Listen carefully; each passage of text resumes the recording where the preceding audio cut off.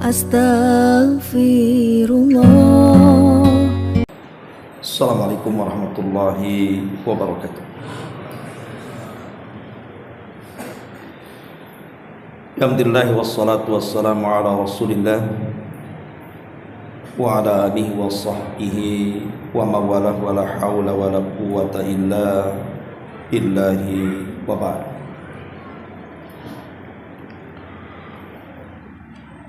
Kita lanjutkan kembali kajian kita, masih membahas kitab Tauhid, dan kita masuk pada bab qaulullahi ta'ala ayusyrikuna ma la yakhluqu syai'an wa hum yukhlaqun wa la yastati'una lahum nasran wa la li anfusihim yansurun. Di sini muallif rahimahullahu taala membuat bab tanpa mencantumkan tema, tapi langsung menyebutkan bab firman Allah Subhanahu wa taala, apakah mereka mempersekutukan Allah dengan berhala-berhala yang tidak dapat menciptakan satu apapun, sedangkan berhala-berhala itu sendiri buatan manusia, dan berhala-berhala itu tidak mampu memberikan pertolongan kepada penyembah-penyembahnya, dan kepada diri sendiri pun berhala-berhala itu tidak dapat memberikan pertolongan. Dengan tidak mencantumkan tema dalam bab ini langsung kepada dalil, karena perkara yang akan dibahas ini sangat terang sekali, sehingga pengarang tidak butuh untuk mencantumkan temanya apa, langsung masuk kepada dalil, di mana Allah Subhanahu wa taala menjelaskan kepada kita bahwa sesembahan selain daripada Allah Subhanahu wa taala ataupun berhala-berhala itu tidak dapat menciptakan apapun. Sesuatu yang tidak dapat menciptakan tentu tidak layak disembah. Apalagi mereka tidak sanggup untuk menolong para penyembahnya, bahkan menolong diri mereka sendiri tidak sanggup. Macam mana kemudian Tuhan yang dianggap Tuhan yang memiliki kekurangan dan kelemahan seperti ini layak untuk disembah?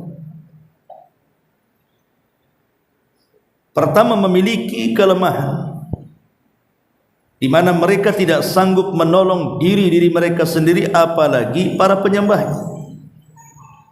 Dan yang kedua, memiliki kekurangan karena mereka sendiri dicipta oleh makhluk yang lainnya. Macam mana kemudian Tuhan yang seperti ini layak untuk disembah?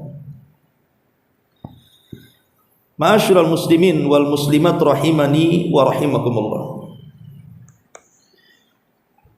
Allah Subhanahu wa taala di banyak ayat dalam Al-Qur'an selalu menjelaskan bahwa dirinya adalah sang pencipta. Artinya Allah Subhanahu wa taala ingin mengatakan kepada kita tentang pengikraran tauhid rububiyah, bahwa kita harus yakin tidak ada yang mengatur, tidak ada yang menciptakan, dan tidak ada yang menguasai kecuali Allah Subhanahu wa taala. Ada sebuah kisah di zaman Rasul.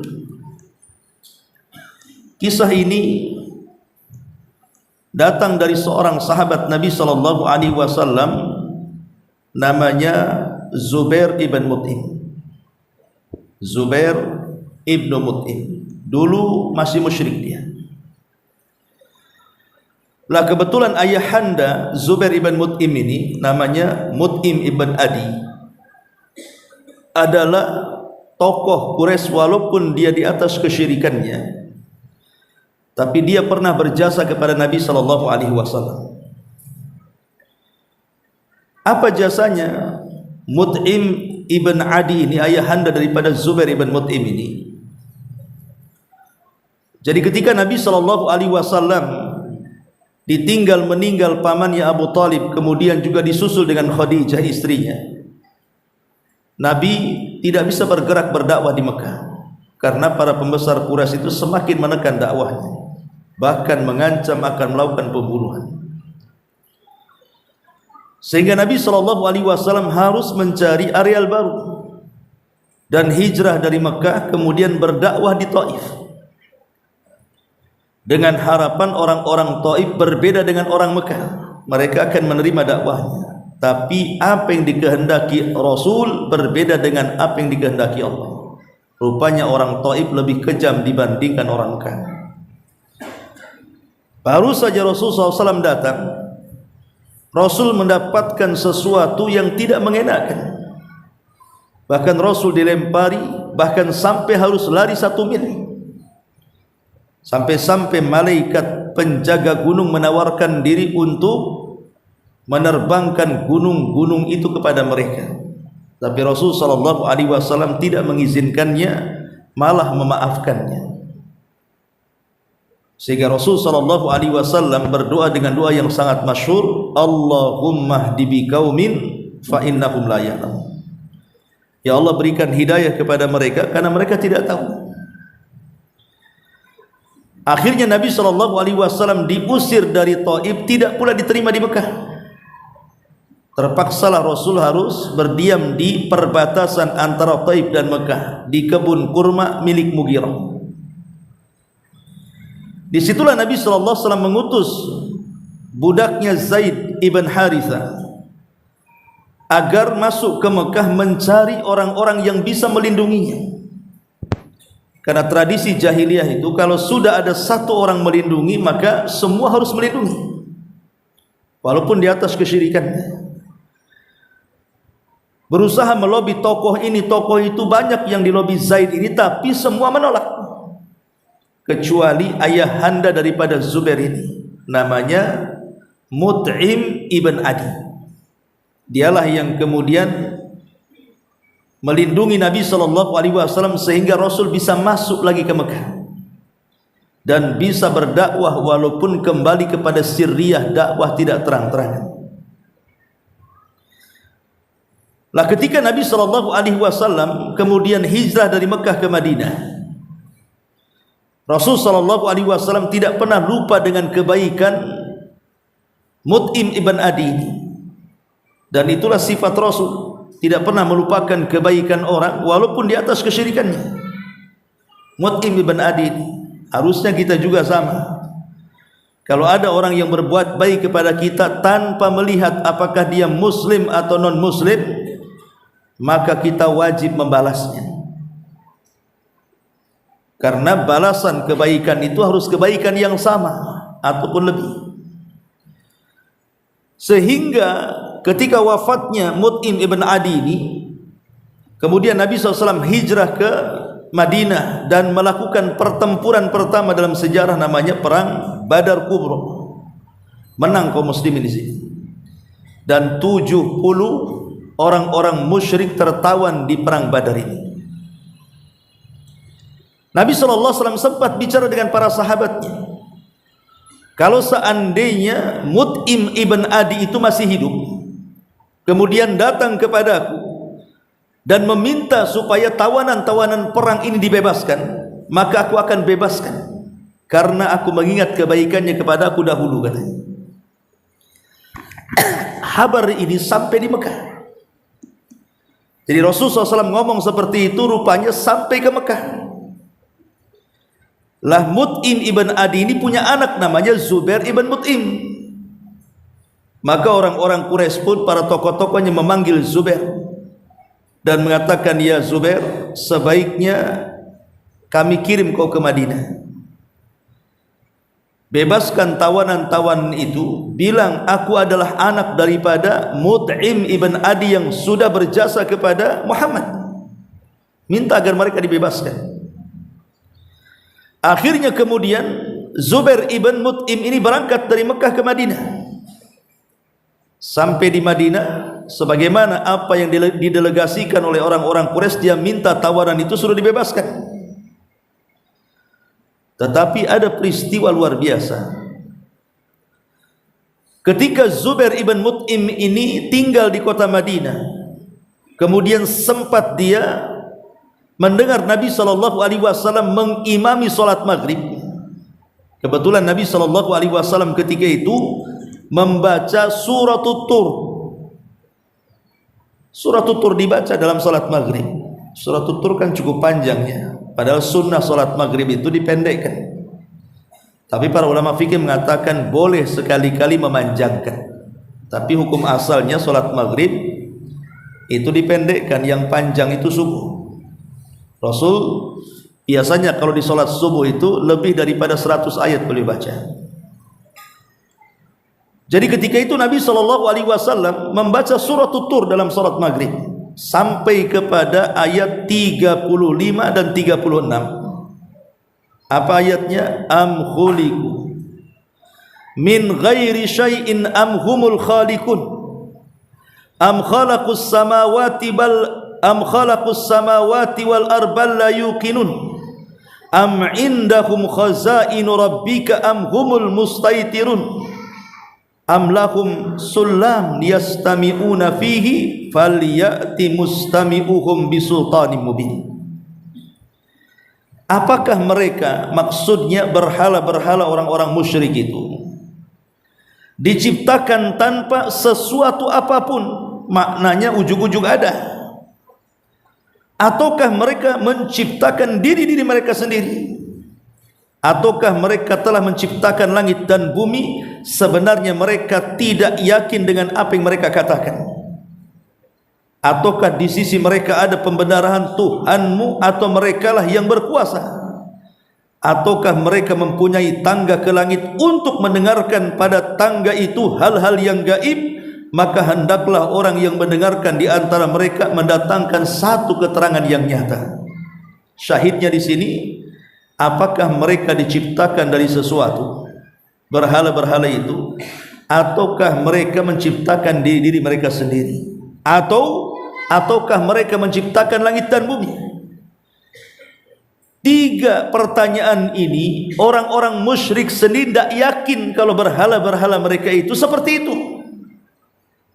Ketika mendengar ayat ini, jelaskan dalam riwayat, apa kata Zubair ibn Mut'im ini? Kada qalbi an yatir, hampir-hampir hatiku terbang, karena ketakutan. Betul juga katanya. Pertama, apakah berhala-berhala itu diciptakan dari segala sesuatu? Jawabannya iya. Karena berhala-berhala orang-orang musyrik itu kebanyakan batu dan pepohonan, kemudian dipahat dan dijadikan patung. Berarti berhala itu diciptakan dari sesuatu. Kalau dia diciptakan, berarti dia bukan pencipta, karena diciptakan. Ataukah mereka menciptakan diri-diri mereka sendiri? Maknanya tahu-tahu sudah ada saja berhala itu. Mustahil. Karena kenyataannya berhala itu juga dibuat oleh manusia. Kemudian yang ketiga, apakah langit dan bumi itu yang menciptakan mereka? Lata, Uzza dan Manat. Macam mana akan menciptakan langit dan bumi sementara mereka dibuat manusia? Jadi tiga kalimat ini membuat Zubair ibn Mut'im ini hampir terbang hatinya. Kemudian ketakutan, gemetar, langsung dia datang kepada Nabi SAW dan mengatakan, Ashhadu an la ilaha illallah wa ashhadu annaka Rasulullah. Masuk Islam dia. Kemudian dia mengatakan, ya Rasulullah, dulu tidak ada manusia yang paling aku benci kecuali kamu. Maka hari ini tidak ada manusia yang lebih aku cintai dibandingkan dirimu. Kisah Zubair ibn Mut'im ini menginspirasi kita bahwa selain daripada Allah Subhanahu wa taala itu tidak layak untuk disembah. Kenapa tidak layak untuk disembah? Karena ayat yang pertama yang dicantumkan oleh pengarang di sini sudah jelas-jelas bahwa mereka para berhala itu tidak mungkin menciptakan sesuatu. Berhala yang tidak mungkin menciptakan, bahkan mereka dicipta, tidak layak untuk disembah. Ini yang pertama. Yang kedua, berhala-berhala itu tidak sanggup menolong orang lain apabila terjadi bencana umpamanya. terjadi gempa, terjadi tsunami, kemudian gempa dan tsunami ataupun banjir bandang mengenai berhala-berhala itu, pasti berhala-berhala itu akan jatuh, runtuh, tertimpa, atau mungkin akan terkena banjir. Mereka sendiri tidak sanggup menolong diri mereka sendiri. Lari dari bencana itu loh, tidak sanggup. Dan itu kita saksikan. Tempat-tempat ibadah yang ada berhalanya, kemudian terjadi gempa roboh itu, berhalanya juga ikut tertimbun juga di situ kan. Artinya berhala itu tidak sanggup menolong diri mereka sendiri. Yang ketiga, macam mana akan menolong orang lain sementara diri mereka sendiri tidak sanggup ditolong. Sampai dahulu di zaman Nabi SAW, saya lupa, seorang sahabat masuk Islam gara-gara berhalanya dikencingi anjing. Jadi dia yang sedang safar, tiba-tiba kemudian dia sedang beristirahat di bawah pohon. Karena zaman dahulu di zaman jahiliyah itu kan berhala itu kan macam-macam, ikhwan. Ada berhala yang sangat besar, biasanya diletakkan di tempat khusus. Ada berhala yang sedang-sedang, mungkin diletakkan di ruang tamu, di dapur, di kamar gitu. Tapi ada berhala yang kecil, dan itu biasanya di bawah safar. Berhala-berhala yang kecil nonet itu biasanya di bawah safar. Ya. Lah jadi adalah seorang sahabat waktu jahiliyahnya dicerita dia. Jadi yang sedang safar, dia bersandar di pohon istirahat. Kemudian dia ingin buang hajat. Dia pergi, berhalanya diletakkan di situ. Qadarullah, kemudian ada anjing lewat di situ. Anjing pula kemudian berjalan ke bawah pohon, tiba-tiba kencing pula, pas pula di bawah berhalanya. Lah sahabat ini bercerita di waktu jahiliyah ketika melihat berhalanya dikencingi anjing itu, dia bingung. Kenapa berhala itu diam saja? Kenapa dia tidak membela diri? Kenapa dia tidak menyerang anjing yang mengencingi dan menghinakannya? Mulai banyak pertanyaan di situ tuh. Dengan sebab itulah akhirnya dia masuk Islam. Makanya kenapa ketika Allah Subhanahu wa taala mengatakan soal Nabi Ibrahim alaihi salatu wassalam, ketika dia hendak dibakar, apa kata para bawahan daripada Namrud itu?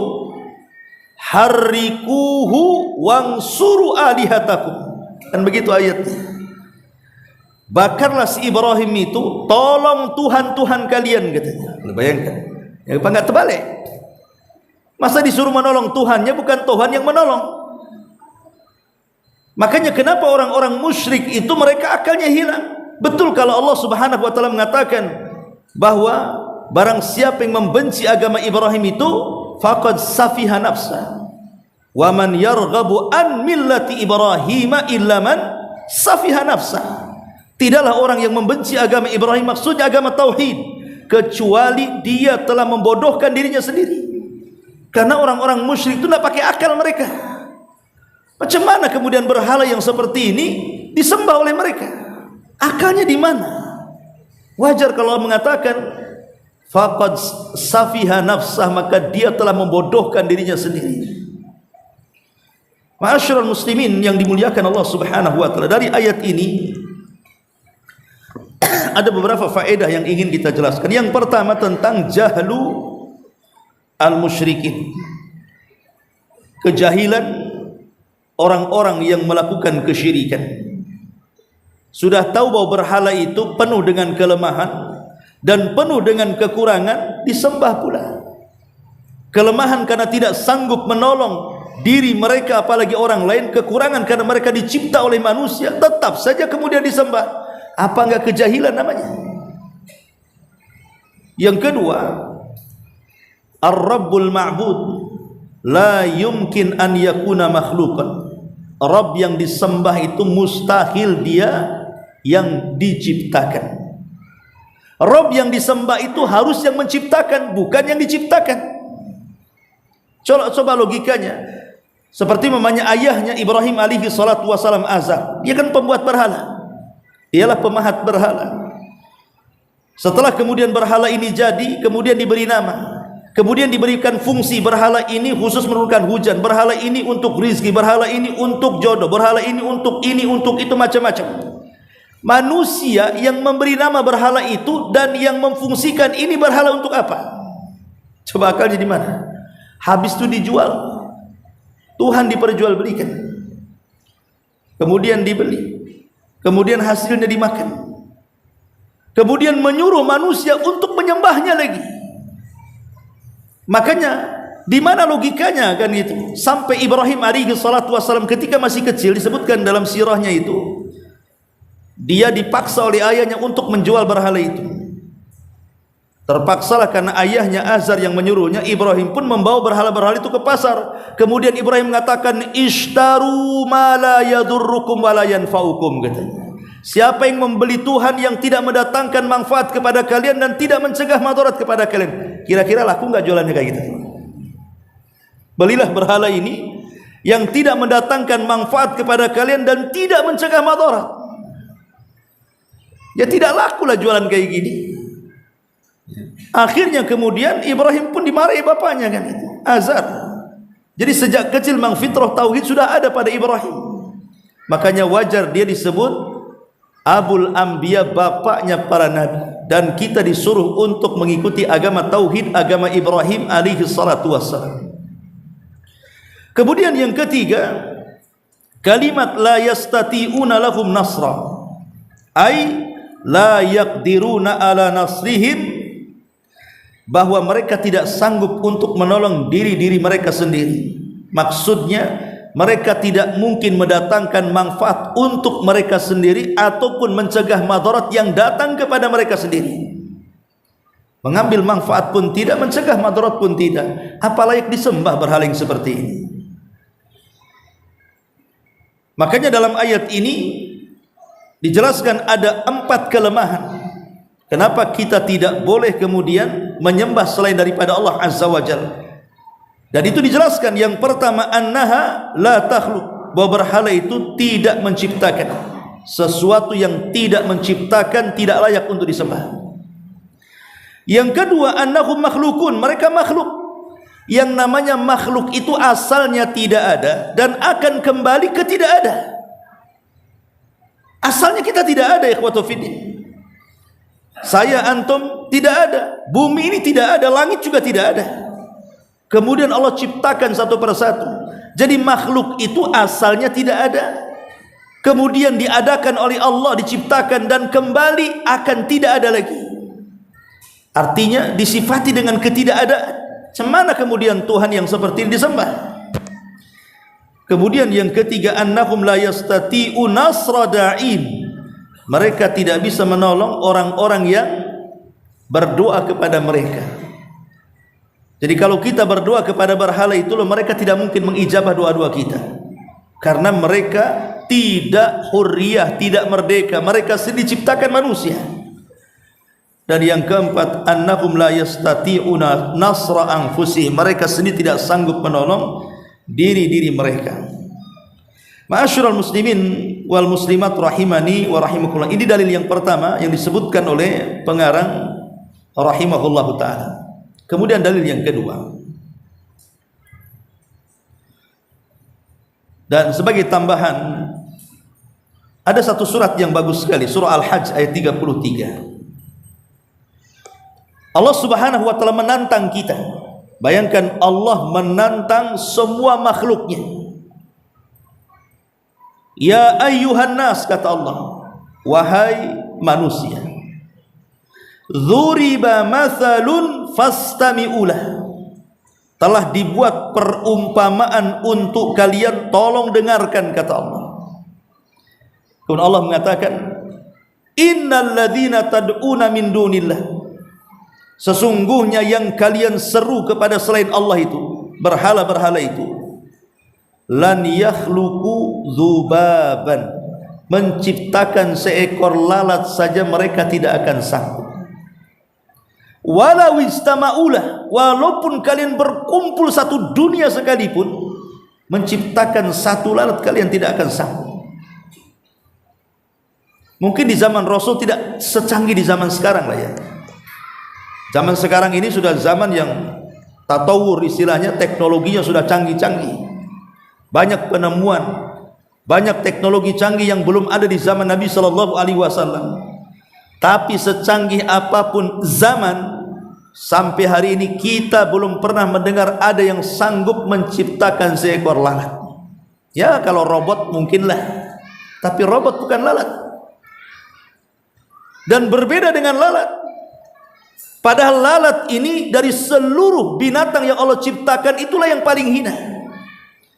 Kalau menciptakan lalat yang paling hina saja, dengan teknologi yang canggih yang kita miliki hari ini, dari berbagai macam dunia tidak sanggup menciptakan lalat, apakah pantas kemudian berhala-berhala itu disembah selain daripada Allah Subhanahu wa taala? Akalnya di mana? Kemudian juga Allah mengatakan, wa in yaslubhumudz dzubab syai'an. Okelah kalau seandainya ada berhala besar, kemudian ada orang yang ngasih sesajen di situ berupa makanan. Datang lalat, kemudian diambillah mungkin makanan itu dimakan oleh lalat, kemudian pergi lalat itu. Maka Allah mengatakan, wa iyaslubhumudz dzubabu syai'an la yastanqidhuhu minhu. Dan jika lalat itu mencuri sesuatu dari mereka, mereka tidak akan sanggup merebutnya kembali.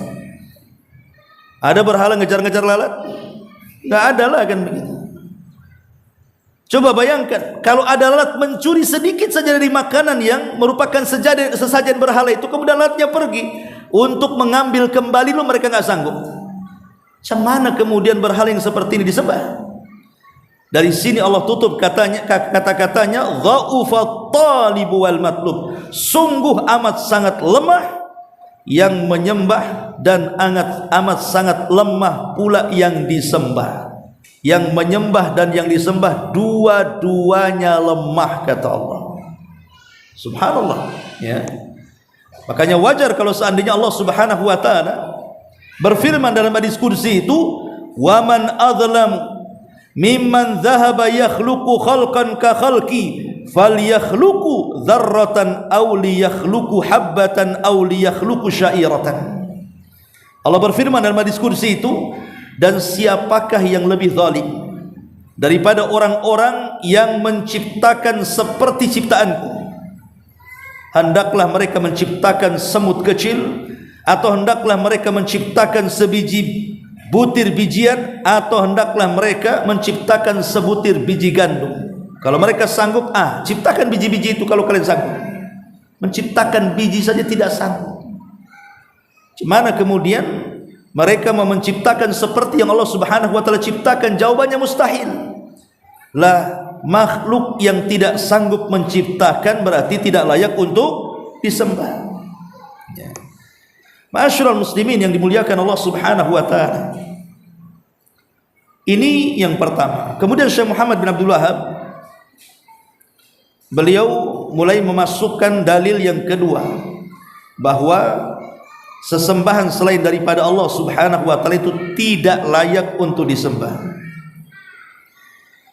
Allah Subhanahu wa taala mengatakan, walladzina tad'una min dunihi ma yamlikuna min kitmir in tad'uhum la yasma'u du'aakum walau sami'u mastajabu lakum wa yawmal qiyamati yakfuruna bisyirkikum wa la yunabbi'uka mithlu khabir.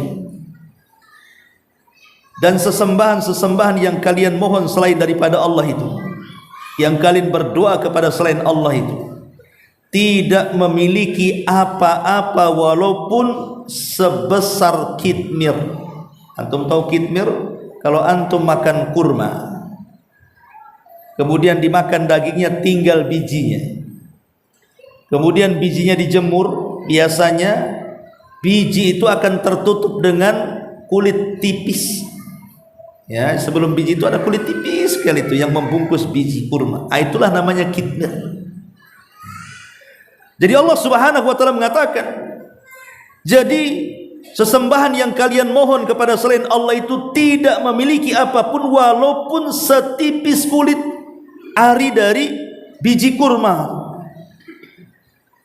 Kemudian Allah mengatakan, jika kamu menyuruh mereka, berdoa kepada mereka, mereka tidak akan mendengarkan doamu, mereka tidak akan mendengarkan seruan. Kalaupun mereka mendengar, mereka tidak dapat memperkenankan permintaanmu, dan pada hari kiamat mereka akan mengingkari kemusyrikanmu, dan tidak ada yang dapat memberikan keterangan kepadamu sebagaimana yang diberikan oleh Zat yang Maha mengetahui, Allah Subhanahu wa taala Al-Khabir. Perhatikan ayat ini lebih dalam lagi tentang kelemahan sesembahan selain daripada Allah Subhanahu wa taala. Dalam ayat ini Allah menyebutkan beberapa kelemahan mereka. Pertama, mereka tidak memiliki kitmir, selaput tipis yang membungkus biji kurma itu. Mereka tidak memiliki sekitmir saja pun mereka tidak memiliki. Sementara langit dan bumi ini kepunyaan Allah. Alam semesta ini milik Allah. Sementara berhala selain daripada Allah itu sekitmir saja tidak punya kekuasaan di bumi ini. Semana akan disembah. Kemudian yang kedua, mereka tidak akan mendengar doa-doa para penyembahnya. Kalau seandainya kemudian antum datang kepada berhala, kepada patung yang disembah itu, kemudian antum berdoa di hadapan patung itu, mereka enggak akan dengar. Walaupun dikasih alat pendengaran untuk orang yang budak itu, diletakkan tuh di telinganya berhala itu, tetap nggak akan dengar. Nah, mereka makhluk yang mati macam mana akan mendengar? Makhluk yang mati itu tidak akan mendengar. Bahkan manusia yang mati saja tidak akan mendengar karena ruhnya sudah nggak ada. Berarti mereka tidak akan mendengar doa-doa kita. Kalau doa kita nggak didengar, ngapain berdoa kepada berhala? Apa faedahnya nggak didengar oleh mereka? Ya. Okelah mereka mendengar, karena berhala itu kan ada beberapa jenis, teman. Kalau berhala itu terbuat dari bebatuan, terbuat dari pohon-pohonan, kemudian dipahat oleh mereka, atau mungkin mereka menyembah hewan ataupun gunung-gunung, lautan dan yang lain sebagainya dijadikan sembahan, jelas mereka tidak akan mendengar dan tidak akan mengabulkan doa kita. Okelah yang disembah itu mendengar. Seperti umpamanya ada yang menyembah setan, menyembah jin, mereka mendengar kan? Cuman kita tidak bisa melihat mereka, mereka bisa melihat kita. Tapi kalau kita meminta kepada mereka, pasti mereka dengar. Okelah mereka mendengar, kata Allah. Kalaupun mereka mendengar, kata Allah, walau sami'u mastajabu lakum, mereka sendiri tidak bisa mengijabah. Jadi jin-jin, setan-setan yang disembah itu, walaupun mereka mendengar, mereka tidak akan sanggup mengijabah doa-doa kita.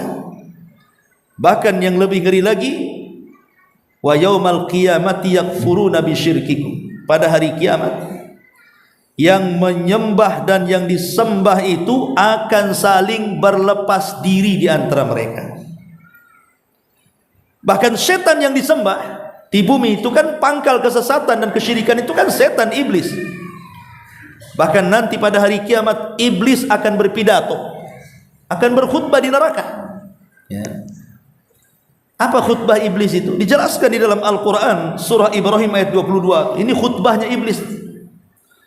Wa qala syaitan lamma qudiyal amru innallaha wa'adakum wa'dal haq wa wa'adtukum fa akhlaftukum wa ma kana li 'alaikum min sultanin illa an da'utukum fastajabtum li fala talumuni wa lumu anfusakum ma ana bimusrihikum wa ma antum bimusrikhiya inni kafartu bima asyraktumuni min qablu innadh dhalimina lahum adzabun alim.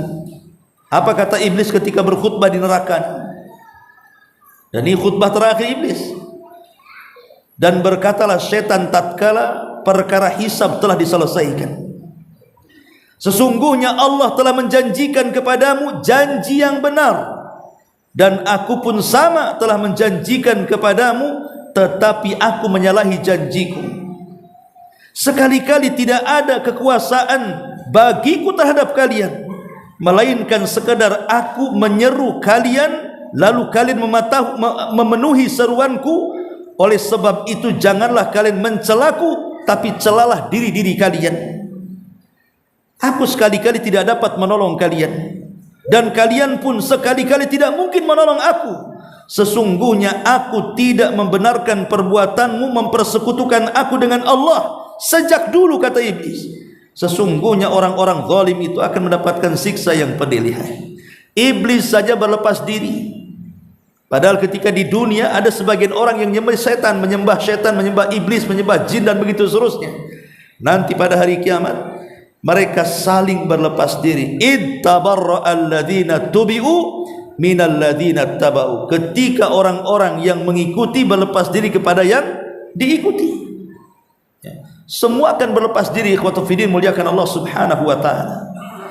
Makanya wajar kalau Allah mengatakan waman adhallu mimman yad'u min dunillahi ma la yastajibu lahu ila yaumil qiyamah. Siapakah orang yang lebih sesat, kata Allah, dibandingkan orang yang menyeru sesembahan selain daripada Allah, yang tidak dapat memperkenankan doa-doa mereka sampai hari kiamat. Lihat, Allah katakan sampai kiamat mereka tidak akan mampu mengijabah doa kita. Tidak zaman dulu, tidak hari ini, tidak besok, tidak bulan depan, tidak tahun depan, sampai kiamat mereka tidak akan mampu mengijabah doa kita. Itu Allah yang mengatakan. Lalu kalau seandainya mereka tidak mengijabah kita sampai kiamat, lalu buat apa kita seru mereka? Kita berdoa kepada mereka, kita mengharap kepada mereka. Enggak ada gunanya. Karena mereka tidak sanggup mengabulkan doa-doa kita. Makanya akal orang-orang yang melakukan kesyirikan itu hilang dari kepala-kepala mereka. Tahu itu tidak bisa mengabulkan, datang juga kepada mereka. Lihat orang-orang yang datang ke dukun itu, kemudian percaya kepada tangkal dan jimat. Dulu kan antum pernah merasakan waktu demam-demamnya batu aki itu. Semua orang jual batu aki kan. Itu penjual batu aki itu bisa mempromosikan setiap batunya. Oh, ini kalau pedagang mas, beli, ini laris nanti. Dia sendiri 1 minggu belum ada yang beli batu akinya tuh. Dia bilang ini penglaris, harusnya batu aki dia laris lah kan begitu. Lah ini kan sebenarnya ngibul saja orang itu. Ataupun dukun-dukun pengganda uang. Siapa yang digandakan uangnya sebenarnya? Uang dukunnya atau uang pasiennya?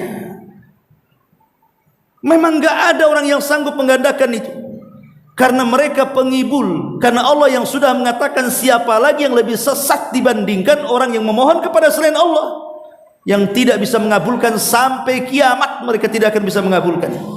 Makanya dengan tegas Rasul mengatakan kepada Ibnu Abbas atau kepada Mu'adz bin Jabal radhiyallahu an, idza sa'alta fas'alillah wa idza sta'anta fasta'in billah.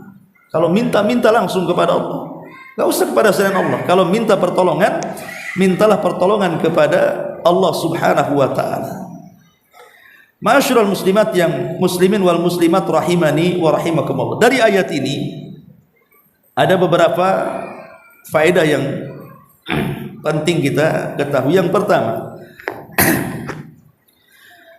dalam ayat ini bahwa annal asnam la tamliku li ibadiha naf'an wala dharran la fid dunya wala fil akhirah. Bahwa berhala-berhala itu mereka tidak akan sanggup mendatangkan manfaat ataupun mencegah madarat baik di dunia ataupun di akhirat. Kemudian yang kedua, anna syirka sababun lil adawati bainal abidina wal ma'budina yaumal qiyamah. Bahwa kesyirikan itu sebab permusuhan antara orang yang disembah dan yang menyembahnya. Nanti pada hari kiamat saling mengingkari di hadapan Allah Subhanahu wa taala. Kemudian juga anna hadhil asnam wal qubur law da'autumuha ma sami'at walau furridu annaha sami'at mastajabat li annaha la tuqdar ala dhalik atau la tuqaddiru ala dhalik.